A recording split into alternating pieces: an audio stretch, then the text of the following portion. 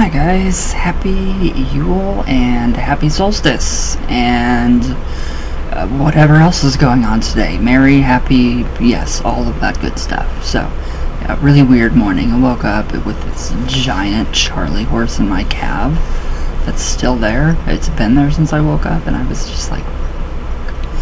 So yeah, that was an amazing thing to wake up to. So yeah, I tried to run down the stairs to catch the sun coming up, but it didn't. That failed. So, but it was a really nice night last night. So I just kind of lit my candle. I did my Yule candle. I don't know if you guys can see it. No, you can't. You can kind of see the flickering up there. So I just kind of focused on regeneration, renewal, and rebirth, and just kind of like a snake shedding its skin. And I just really got into like how I was listening to some really amazing stuff on YouTube. These really eerie, almost ghost-like stories. If I can find it, I will let you guys know. So basically, that's what I did. I was listening to it, the mythology and everything behind it, from all different paths, and it just came to me. It was like, oh, okay, I'm feeling, the spirit of Yule. And let me see if I can find my history real quick and share with you guys what I watched. Oh, wow. I listen to a lot of music in the morning, so it's just like all music. Let's see, the Norse Yule goat, pagan Yule traditions, exploring the origin of Yule and its connection to sacrifice and the Germanic origins of lore. This is the one that I listened to, the true story of Christmas, a Yule tale.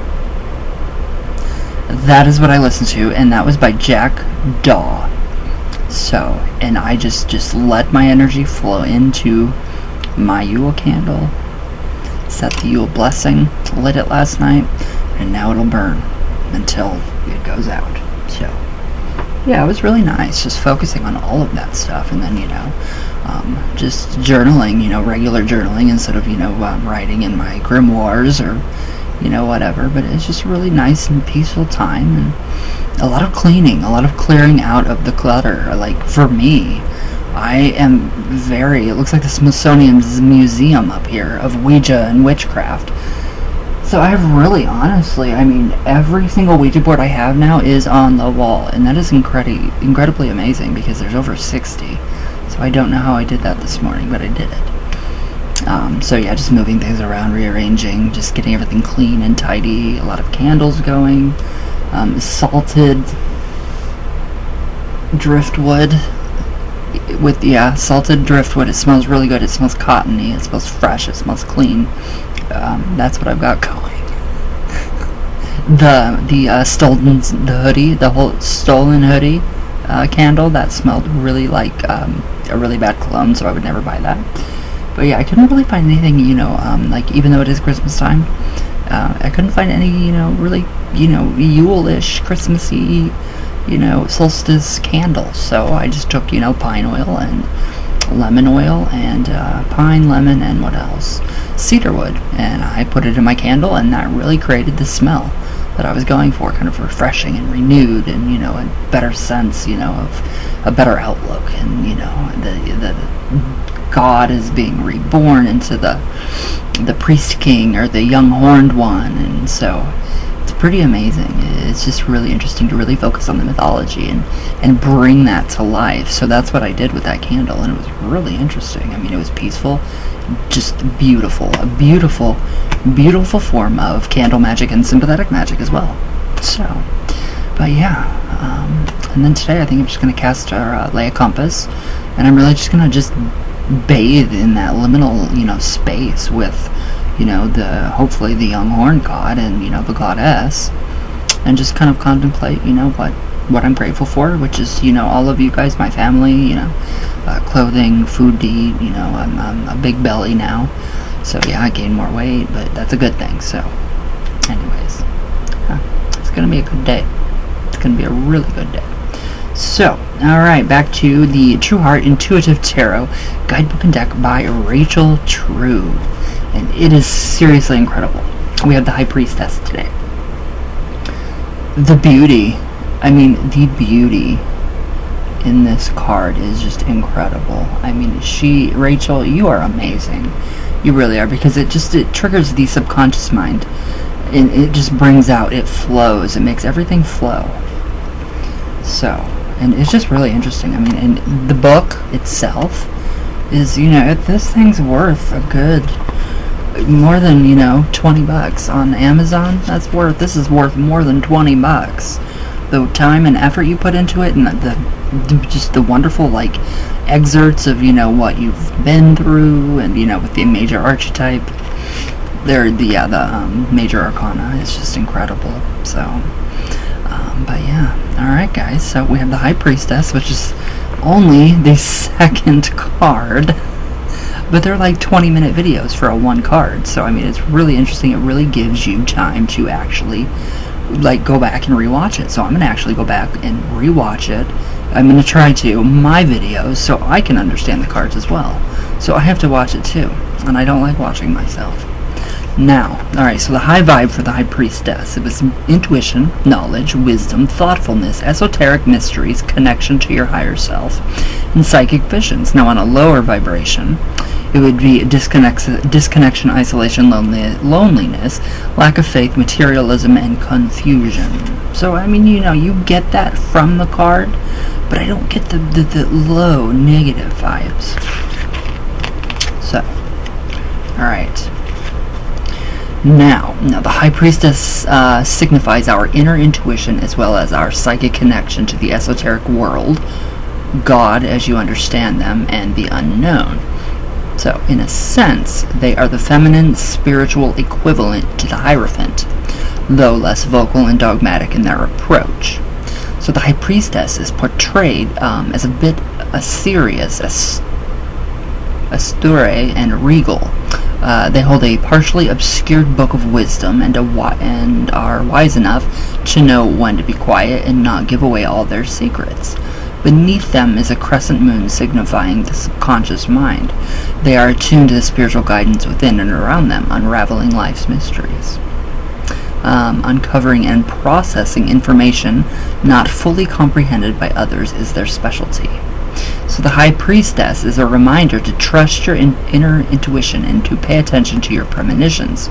If you pulled this card, go deep into the mystery of you and learn to discern your higher self's inner voice from the anxious noise of the lower self. I love this. The veil between reality and projecting is lifting. Solstice. The spiritual self is in tune with intuition, teaches us the power of knowing when not to reveal too much or push too hard. The High Priestess asks us to recognize and use our specific, unique gifts to access the witchy person within. I love the way that she has put this. Now, you might be studying with a spiritual mentor or advisor whose ideas rock your world, or undertaking the process on your own. Either way, your passion for life is engaged, your intuition opening. Some may find they're enjoying spending more time with themselves. Epiphanies and insights may seize you moment by moment, and that's what I call downloads of information, and I think it's incredible. Others around you may not be experiencing the same phenomena, leaving you feeling isolated. So yeah, that's a little, yeah. Some lessons are to be explored alone. Tracking your thoughts through journal work will allow you to apply them to real-life situations. Funny, I just picked up a new journal. It's just a little black book. It's a little black sketchbook. Really good for, what I'm writing. Now, in relationship dynamics, you may feel connected to loved ones and have an intuitive knowing of their needs. There can be a desexualized, buttoned-up feel for the High Priestess, but what they do behind closed doors is between them and their partner. Now, some couples may need temporary space, and singles may decide to take a break from dating for a short time to refocus on themselves. So, now, in professional life, keep cool, calm, and collected in appearance and thought. When confusion and chaos erupt, you might be the one to shed important light on the situation at hand. Be cognizant of timing and speaking with integrity. So, your world should be impeccable for progress to ramp up. Based base actions on knowledge rather than raw emotions. I love the way you said that. I love it. Now, if pulled in a low vibe, spending time by yourself is important, but when it turns to isolation and loneliness, boredom, broaden your perspective. You may feel a lack of faith, dissatisfaction, or isolation with others. Mental confusion can cause anxiety and depression, sexual repression, and a controlling nature may cause tension with others. Breaking out of the normal rituals and traditions, your higher self is waiting to be engaged. Yeah, that's what I do sometimes. Well, I have been breaking out of my, everything that I've been doing. I have, although, not remodeling, but just, cleaning up and just kind of, tidying up. And so, no. Okay, so here's the excerpt of hers.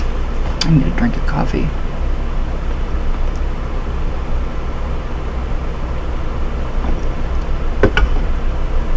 I got up way too early. So now the High Priestess is one of my favorite cards, she says. Though I had trouble connecting to them in my early years, I honestly did too. Still do, sometimes.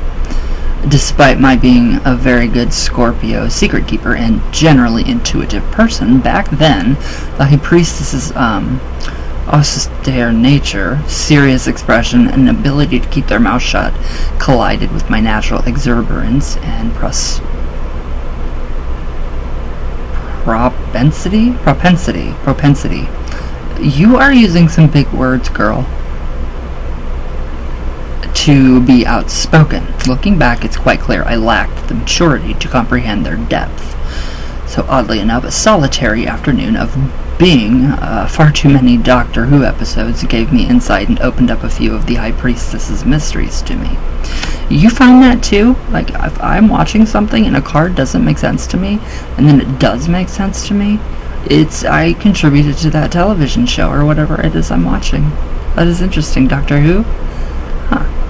Now the High Priestess is the ultimate Time Lord, for they know everything about the past, present, and far-flung future, and discern when and when not to announce their arrival and display their particular skill sets. Now, unlike my then self, they knew better than to spill their truths before letting others expose who they are and what they are after. Like the High Priestess, we all have the ability to travel through time, though we tend to do this mentally, not on the cellular level like Doctor Who. Mere mortals can get stuck in reliving the past on a loop. Our thoughts are consumed by things that have already happened, resulting in a state of depression. Yes, this is a very good card for today for a lot of people that are having blockages. Anxiety is often a projection of what could go wrong in that present and in the future, or in the present and in the future.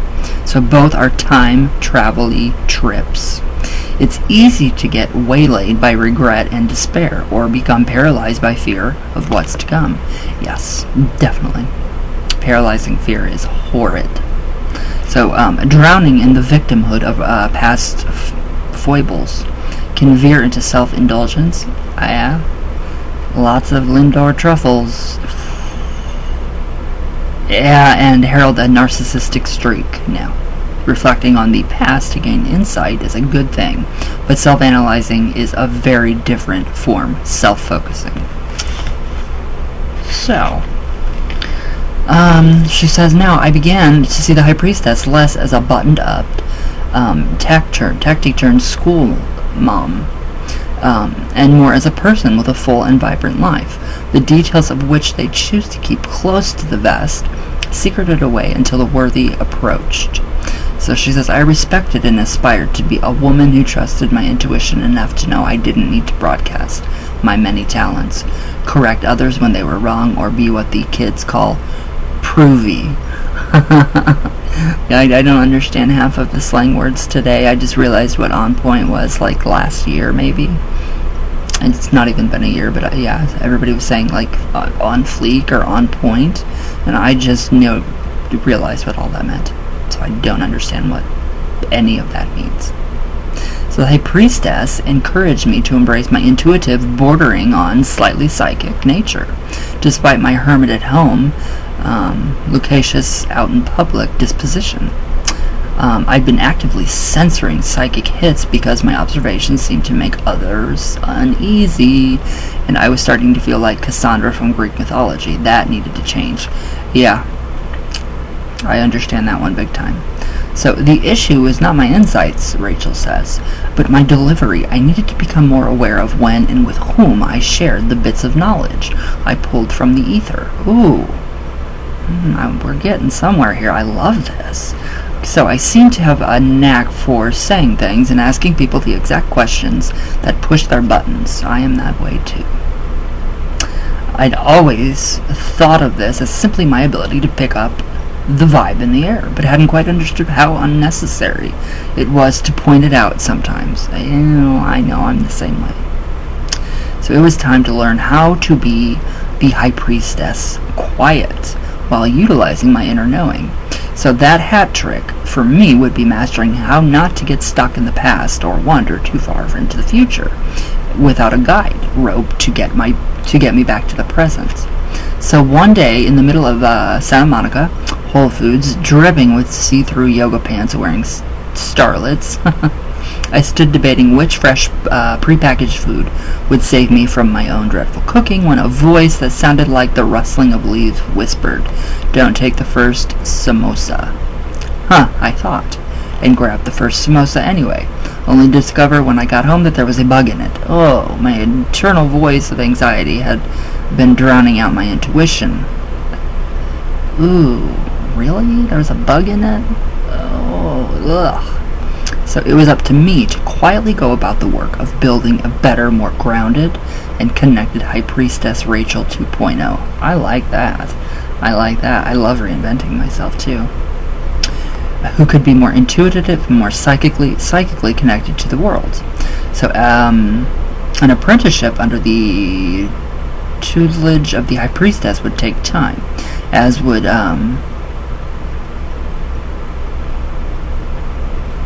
I don't know what that word is. I don't know what that word means. I've never heard it, never seen it before. Deracinating my emotions from deeply ingrained patterns. One method I found helpful was to explore and determine my cool-off point. So in other words, exactly how much time did it actually take for me to simmer down and think logically when dealt a blow in any given circumstance? It takes me a while. It takes me a long time. Now, this meant allowing space and time to process my Ajita on my own, or with a therapist. Yeah, I'll go with the therapist. Before resting or reaching out on others. Calling friends and forcing them to live inside my spinning head was, in essence, asking them to experience my pain. I learned the power of silence, the gift of patience, and how to finally listen to my higher self, the one who seeks the guidance of the High Priestess before reacting. Yeah, I understand that big time too. I really do. So yeah, that's why when I don't, when I'm not okay, I don't talk to anybody. I don't want anybody else to get my backlash, or any kind of negativity from me. So that is really interesting. I mean, really, really interesting. That's some good study. I like how you've done that. I love the symbolism on the card. We have keys. We have the stars. It looks like we have we have Hebrew lettering. We have, earth and air, and we have all kinds of different symbolisms on there, especially on the pillars.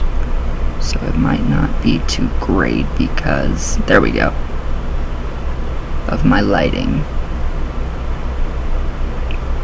Beautiful, beautiful card though. So tomorrow we have the Empress. This is just, I love these cards. They are amazing. So, but alright guys, I hope you guys have a great Yule, a great solstice.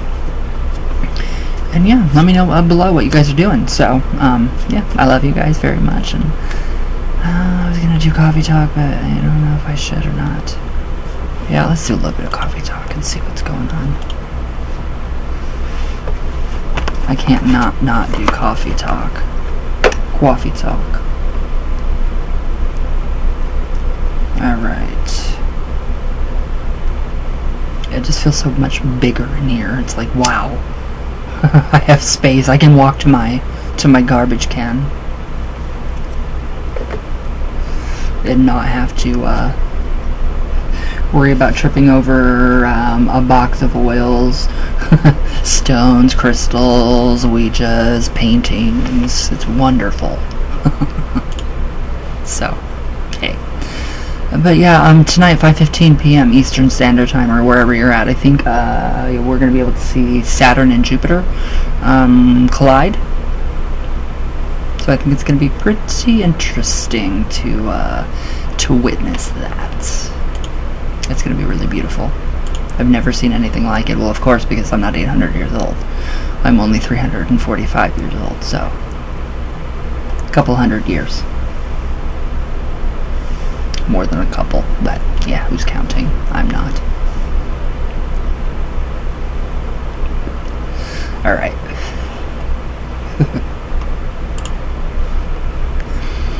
Alright. I'm glad you guys like my WordPress blog or my ryanoccultspecialist.com/WordPress, or however that works. I love it. Thank you guys for all of your, comments on that. I really like it. I really appreciate you guys. May the wheel turn, may the log burn, may evils burn, may the sun return. Tina J, yes, thank you. Aw, thank you, love. Yeah, I had to, post some stuff. I keep forgetting about the community forum. So, yeah, I keep posting, Last night I was posting pictures of my Yule altar and what I was doing, and it was just beautiful. It was fun. It was nice. Thank you. Gustavo, hi, brother. Skyly Sullivan, hi my love. Alright, Kim Lehman, this was very cool. Glad you did this. Glad Chico's doing well. Thank you, my love. You should do an updated video on manifestation. That would be awesome. Hope your weekend goes well. Hair looks awesome as always. Much love and hugs to you. I love you so much. I forgot about that. That's what I should have done today. Was an updated version on manifestation. So manifestation, first you have to get the goal in mind. That's literally, that's what I was taught in traditional craft. You have to get your goal in your mind, and you have to just focus on it. Block out all the, let the negativity come in. Let those negative thoughts come in and recognize them, and then just let them go. And basically just set it and forget it. But, keep it in the back of your mind that that's what's going to happen. So I'm not used to manifesting with just, with affirmations and, with the new age stuff. I don't think you should ignore everything. No, I don't think you should ignore it all. You should accept those negative thoughts and feelings, because that's what you're feeling at the time. So you should definitely, don't repress that. Let it go, because the more you repress it, it gets stored in a box up here, and then kaboom, it opens up and you're full-blown just panicky. And so that's, just go through it, accept it, radically accept it. Therapy teaches me that. Like, radically accept my pain, my fibromyalgia pain. So I do. And then I can work through it. So I use it as like a building block. It is so, in depth. There's so much, so I'll do more. Alright, Atlantis, hello. Tina J. Ava, hello. Wicca, hi you. The Partial Sun. Isaac Bynum, hello. Michelle Lahorn. Diane Hannon, hi you. Who else? Jay Phoenix, hi my bro. Gustavo. Acosta Studio, Smoky Shake, hi you. How are you? Cole McLaren, hey you. I hope all is well. How goes the toad bone, right? That's pretty gruesome. Very gruesome, right. I could never do it, ever. So, alright guys.